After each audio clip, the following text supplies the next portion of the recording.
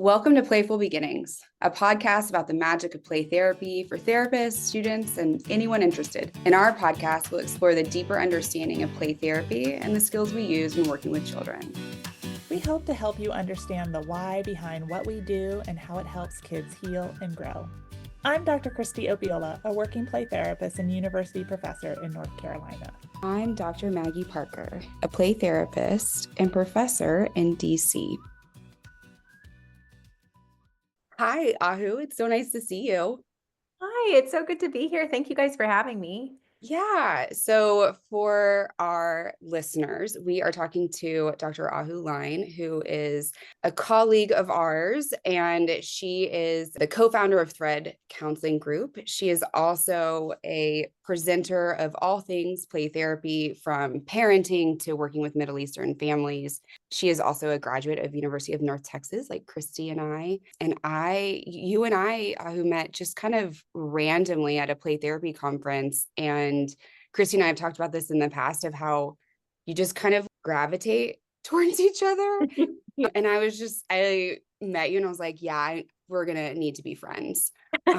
So I'm really happy that you're here and that you could come and talk to us. We've just done 2 episodes on working with parents and kind of like going through the questions we ask and things to think about. And so we thought you would be an excellent person because you're writing a book on this right now. And so you should also share all of that information. Yes. Yeah. So this all kind of started, I would say, in practicum. And not when I'm thinking like, oh, I was born on a rainy day. Like it didn't start that long. But it started in practicum. I always tell this story. Like I was in grad school. I had done all my play therapy classes. I was so excited to work with kids. I'd been a teacher previously, and I get my first client, and it's an 8-year-old boy. And my supervisor's like, okay, well, go call the parents and set up a parent consultation. And I froze and was like, what? Like, what? Excuse me? I have to go talk to their parents. And so I remember that feeling of dread and fear and worry about having to talk to the parents and knowing like this massive role that parents play in kids' lives. And I just felt so incredibly unprepared. Like even as a teacher, I would avoid making calls home because I was so scared of talking to parents because I was so afraid of messing it up. And so as I was in private practice and then as I started the doc program, I think where like my interest in working with parents came from is just that I didn't know what I was doing. And so I was like, how can I get as much information as possible? How do I figure out all the mistakes that I've made to like support other people and not making the same mistakes? And so that's really where my passion for this topic came from. And then as I was working in the doc program, a lot of the things that I wrote for my various different classes were about working with parents. And then my dissertation ended up being about play therapist attitudes toward working with parents, which was really, really interesting. And so it's, again, kind of just been this natural progression of like, I don't know what I'm doing. And now I'm researching it to try to figure out what I'm doing. And so that's where this book kind of comes in. So I'm hopeful that it will come out in the summer, but it's a book that is created for play therapists, both who are in graduate school, but also that are practicing, that really talks through like the history of working with parents, all of the research related to working with parents, and then really goes into the nitty-gritty of best practices and what to do. And the way I'm designing it is really focused on how do you pick up this book? How can there be tools in this book like a parent consultation guide, different handouts for parents, where it kind of becomes like this one-stop shop for play therapists who just really want to grow in this skill. So yeah, thanks for plugging that. I'm very excited for it to come out. No, but I think like that's a common thing. Oh, go ahead, Christy. I was just going to say it's a lot of hard work to write a book. Sounds like a very comprehensive that you've kind of built up to the writing process, but also a really helpful tool for clinicians in the field, students who sometimes are as insecure or feeling incompetent to work with parents. And the funny thing for me, and I don't know if this is true for you, Ahou or Maggie, I mean, parents are just like kids. They're just big-bodied forms, right? And like they have the same needs that our play clients have in session. And so it's just so funny that we get so nervous or anxious. Maybe because they can verbalize it better. And with kids, we're reading some of the nonverbal and other skills, so it feels safer. But my experience is they have the exact same needs. Yes. Yeah. So I was a play therapist before becoming a parent. And so I have had the experience of, holding on to the side of the chair when the parents are like, do you have kids of your own? And I have to like be like, oh gosh, I have to tell them no. To becoming a parent and being so unbelievably humbled by by becoming a parent and realizing like I actually know nothing. So it's really interesting having kind of gone through that journey and then also having this interest in working with parents, because what I think it's done is just provided me with so much empathy of how scary it is to bring your kid to play therapy, and how so much of that fear can manifest in different ways. Like it can look like anger or questioning of your expertise or pulling your kid out of play therapy because they don't think anything is working, right? And so to me, I think the reason why it's so hard and so complex is because we're not working with parents when things are going really well. We're working with them when they're in crisis, but the difference is you're not their therapist. And so your touch points with them are so few and far between that you are building this relationship with someone in crisis, but you're only seeing them once every 4 to 6 weeks. And then you're telling them things that are so hard to hear, Mm. like here's this thing you have to change at home. And so to me, I just think it is so complex and so nuanced that of course it's hard. Like it's unlike any other like therapeutic relationship that I think we have. Yeah. I hadn't really thought about it that way because you're right. Like they are coming to you in crisis. And I think I like as Christy, you were talking about, I was like, what, how do I respond even if kids do that? Right. Because there's sometimes like a lot of defensiveness and I think that's based, like you said, like in fear and feeling out of control. And even when it happens with a child, when they're like, you're dumb, usually I'm like, oh, and that's where I like start sweating. And so it makes sense that I also start sweating when parents say those things. And I think being prepared, and I think that's what's really helpful about your book, is really feeling like, okay, I know what I'm doing and this is okay, and how to approach it, and remembering that they're scared can be really helpful. When you're caught off guard, sometimes when you're trying to convince them that play therapy is beneficial and helpful, that's usually, especially earlier on in my career where I felt not on strong footing, I guess, if that makes sense. Yeah. Yeah, it does. I think I always talk about this whenever I present, and I talk about this a lot in the book too, is the importance of presenting like an expert. And I think therapists just by nature, like especially play therapists, there's so much humility in it, and it requires so much humility of us. But I think when you work with parents, they want you to be an expert. I always tell a story. When my daughter was born, she had a little hole in her heart. And so she was 2 days old, and we had to take my 2 day old little tiny little nugget. I'm still postpartum, like I'm still in diapers. I'm not doing great. I had to take her to a heart specialist, and I talk about this experience of what I needed from that specialist in that moment. And I didn't want him to sit there and like, tell me, it could be this and it could be that. And you're the expert. Because I'm like, I know nothing about babies' hearts. I need you to tell me what to do. And the way he handled it, he walked in the room. He didn't say, how are you? Because that was a silly question. I wasn't good. Yeah. And he said, let me present the facts. And he just sat there and presented every single fact in order and told me that she was going to be okay. And I took this massive deep breath in and felt relieved. And then he said, okay, now how are you? And then allowed for more of that conversation. But he came in like such an expert, which is what I needed. And when we have parents who are coming in and their kids have had suicidal thoughts, right? Or are about to get kicked out of school or whatever it is, like they're feeling the same way I was feeling when my 2 day old had a hole in her heart. So I think that the importance of presenting like an expert, which I do think is just naturally hard for a lot of us because we present with so much humility in a lot of our therapeutic settings. Yeah. I appreciate that. I would have never thought about it that way. Even as a parent whose child goes to play therapy, you're right. You need that confidence. Like you want that confidence in a surgeon. You want that confidence in your play therapist. Yeah. Yeah. Because you do. I mean, of course, there's so many different ways play therapy works, and there's so many different, we don't always know what's going on for the child, and we don't always know this is exactly what they need to do. But even if I can present those options in a confident way, I do think it gets parents to trust me and trust they want to know that I know what I'm doing because they're following my lead too. And so, yeah, it's hard. I know I lacked so much confidence in play therapy at the beginning too, because it is, to say like we were called interns back then. I'm an intern and I looked really young, and like to tell you what to do with your child. And so we'll say it's easier now, time experience on my side, but it's still hard. Yeah.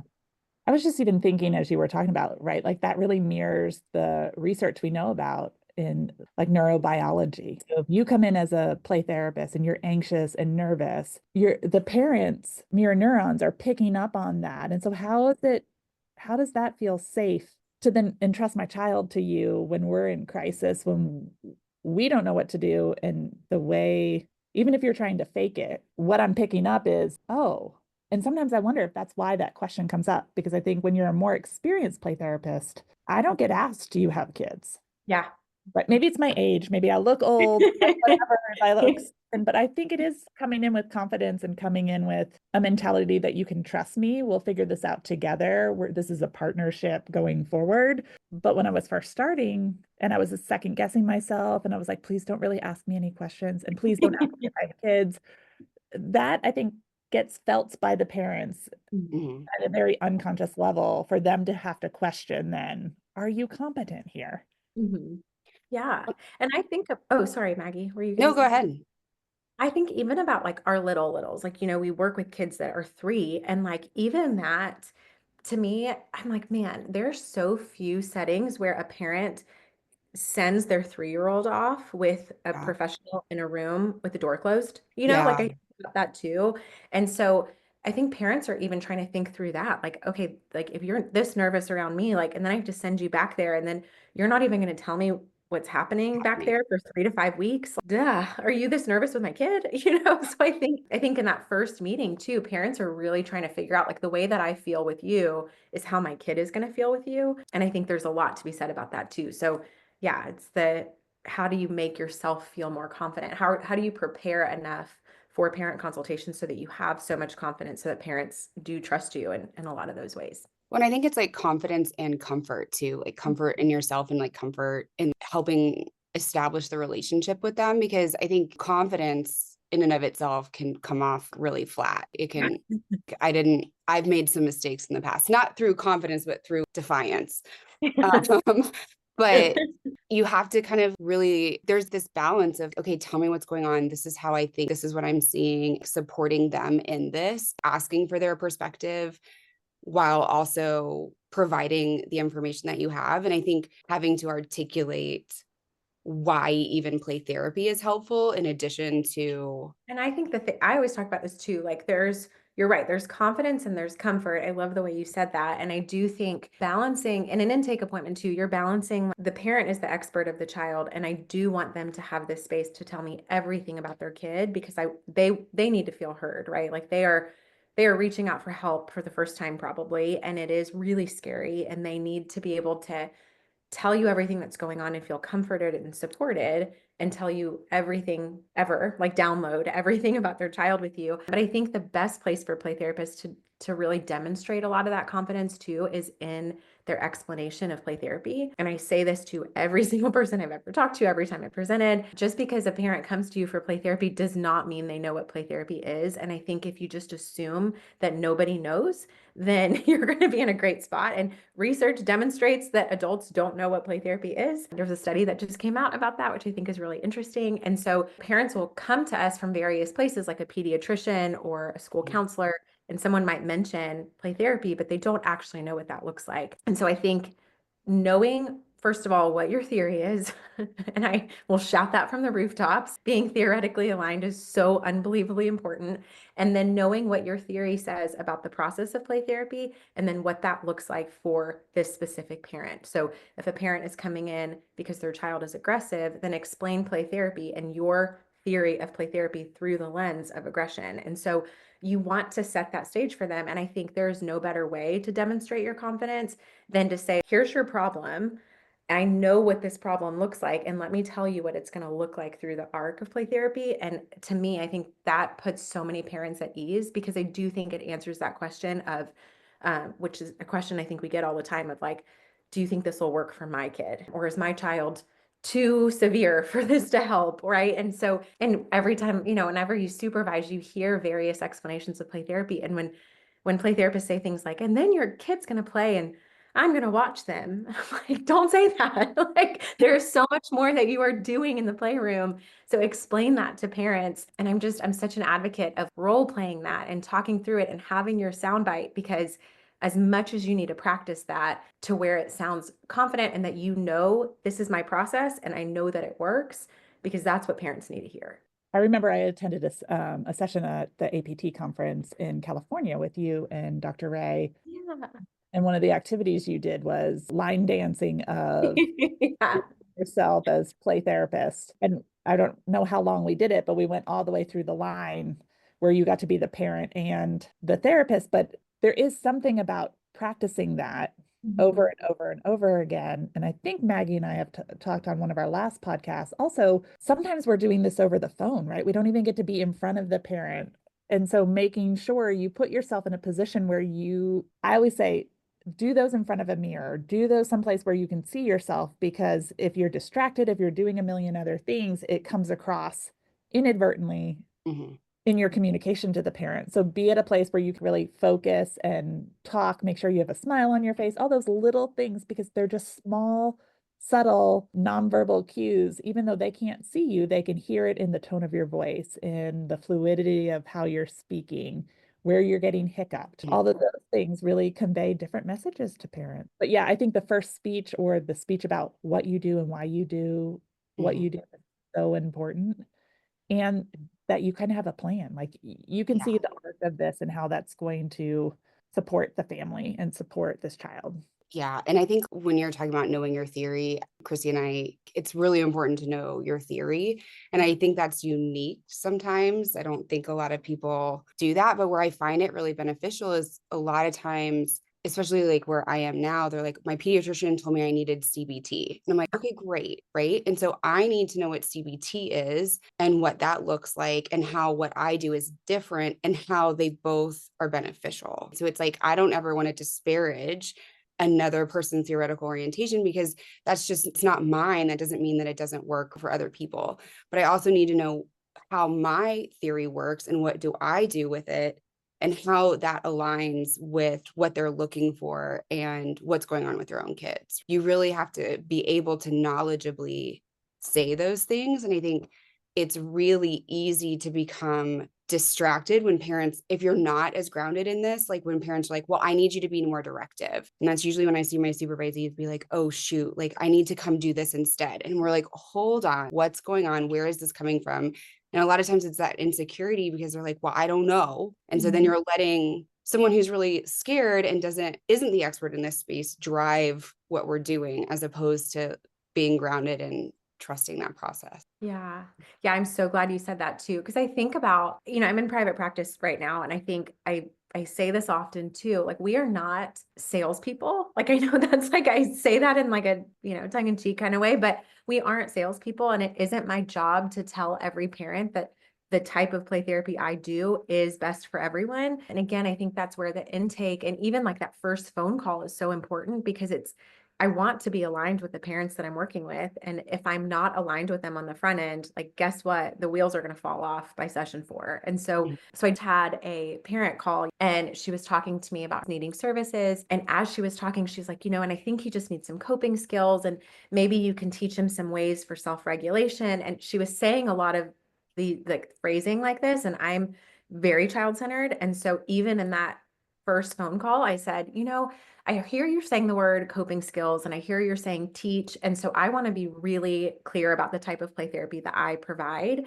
And so even in that little short phone call, I talked to her about, this is my belief about children. This is how I operate. This is what it's going to look like in the playroom. I'm not going to be teaching your child coping skills. And then I said, is that still what you're looking for? Because if you are wanting someone to teach them coping skills, there are some magnificent counselors. I'm really happy to give you their names. So again, I'm not a salesperson. I'm not trying to tell her, no, like this is this is not what you need. You need me, because I don't want to force her into something she doesn't want either. And so it's interesting. The doctor told me coping skills. And so, I that's what I thought. And I said, okay, great. And of course, more at the intake. And I want her to feel really comfortable with the process. But if she had said like, no, I really want someone to teach him coping skills, well, great, let me find you someone who will, and I think there's a lot of integrity as a play therapist that I think a lot of us need to have too, especially when it comes to working with parents, because you don't want to say, yeah, sure, I'll do that. And then by session 4, that's not what you're doing. And then you're going to feel that misalignment in your theory. You're going to feel that pressure to perform for the parents, and so I think it's a lot about setting those expectations too on the front end. Yeah, I think that's one of my favorite things to talk about with parents too at the end, or like, and I tell students too, is at the end of my intake, even I'll say like, listen, like you've heard a lot, we've had a really big discussion. I'm going to go ahead and set this time aside for you. And if this isn't a fit and if it doesn't feel right, that's okay. I will not charge a late fee if you tell me, you can email me, you don't have to make this decision now.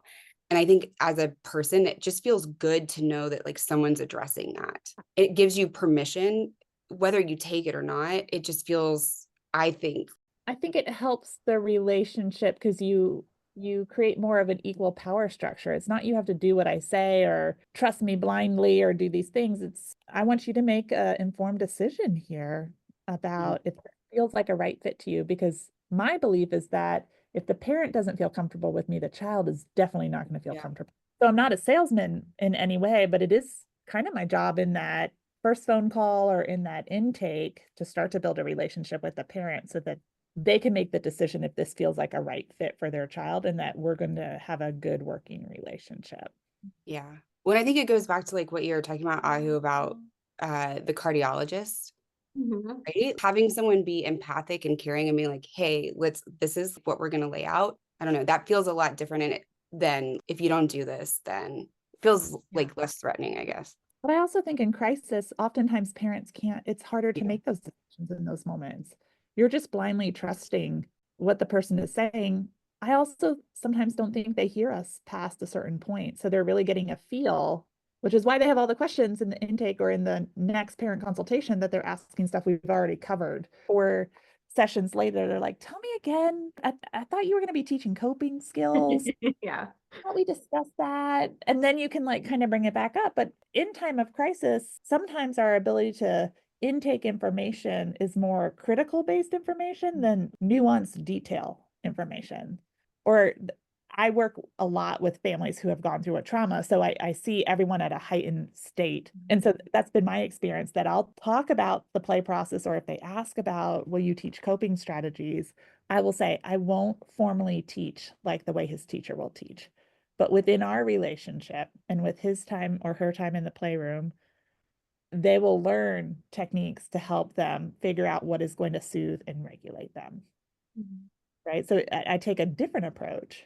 But even in saying that, my cadence, how I'm saying it is conveying, oh, okay, so this is moving towards calm over being frantic or rushing through it or going authoritative. I can never know which one is which, but like just demanding or giving instruction. I don't know. Yeah, it's hard to trust and build relationship off of that. Yeah, and I think that's why it's so important too. Like in all the subsequent parent consultations, I know we've talked about the intake a lot, but exactly like what you said, Christy, that parents are, in that first intake, they're so nervous and there's so much information and they're just trying to like download everything they know to you. And there's a lot of worry, right? Of like, you're talking about this like fantasy land where my kid gets better soon, but I don't know if that's actually going to happen. And that's why I think it's so important that at every parent consultation, you continue to discuss the progress and the process of play therapy, again, in your theoretical orientation, because at that point, you also have a little bit more proof, right? So you can say, it's session 4. Let me tell you what I'm seeing, right? This is what the progress looks like. Let me tell you what our next 4 sessions are going to look like, because I'm going to talk to you again in 4 sessions, but let me tell you what to expect over this next month. And here's what I kind of anticipate might happen. Because again, what you're doing is you're building that trust. Like it's not just like I'm telling you the process of play therapy one time and expecting you to remember, because like that would be impossible, right? It would be hard for me for someone to tell me the process of like something I know nothing about, like, and then expect me to remember that 4 weeks later. And so I think it's so helpful because by that point too, you have actual details about the child, you have what their play looks like, you have themes that are emerging. And so to me, I even think that that first parent consultation after the intake is so important, again, to bring up process of play therapy and how it's working. Because I do think, right around that 4 to 5 week mark, parents will start to say like, okay, well, I'm not seeing anything different. It's hard for them to see progress. You see a lot of attrition at that point. And so for you to know like, okay, here is progress, even if it's small, right? Even if at this point the child just has a relationship with me, which is kind of like what we're expecting, like, let me tell the parents that this is what we're expecting at this point. And then what it should look like over the next 4 weeks. Because again, I think that just builds trust too, of this person is showing me a map and they're telling me where we are on that map and they know where we're going. And I think that just makes parents feel so much more comforted too. You cover that a little bit in your initial meeting with parents too, about kind of what to expect when we meet next. Like, this is what I'm hoping over the next 4 weeks with your child. Yeah.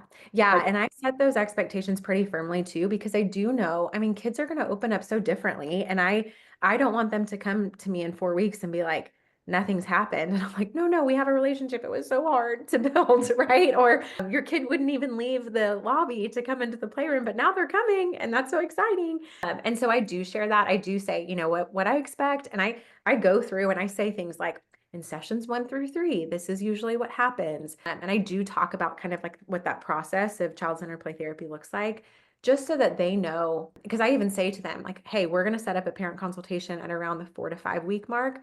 I don't really have a ton to share with you until then, because, and I always go back to comparing it to grown-up counseling. And so I say, if you are going to go to a therapist, it's going to take you a few weeks to decide if you like that person, if you trust that person, if you want to open up to them. And if we allow adults that, then we should allow that same privilege to children, right? And so it's going to take them a little while to figure me out. And I always talk to parents too in the intake about how the play therapy room is so different than most rooms kids are in, because, I used to be a teacher. And I've worked with kids in so many different settings. And so I say things like, in the play therapy room, I'm not expecting anything out of them.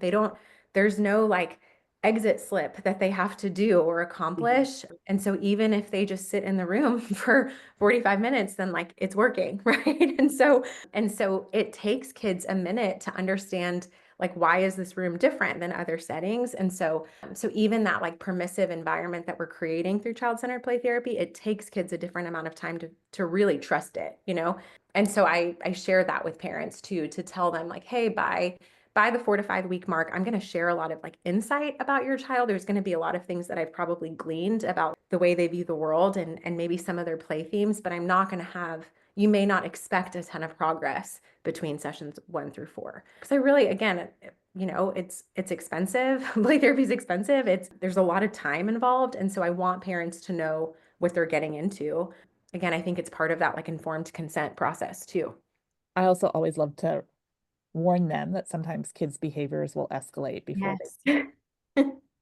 And I remind them in that first parent consultation, I was like, okay, so how are behaviors at home? Did we escalate, or are they kind of stable, or do they seem a little bit better? And they're like, oh, they've escalated. I was like, okay, that's Great. a good sign. Well, thank you for coming on. This was really great. Thanks so much for having me, you guys. This was really fun. It's just fun to talk about. But come back. Okay. I will. Yeah. I will. Thanks. Well, thank you guys.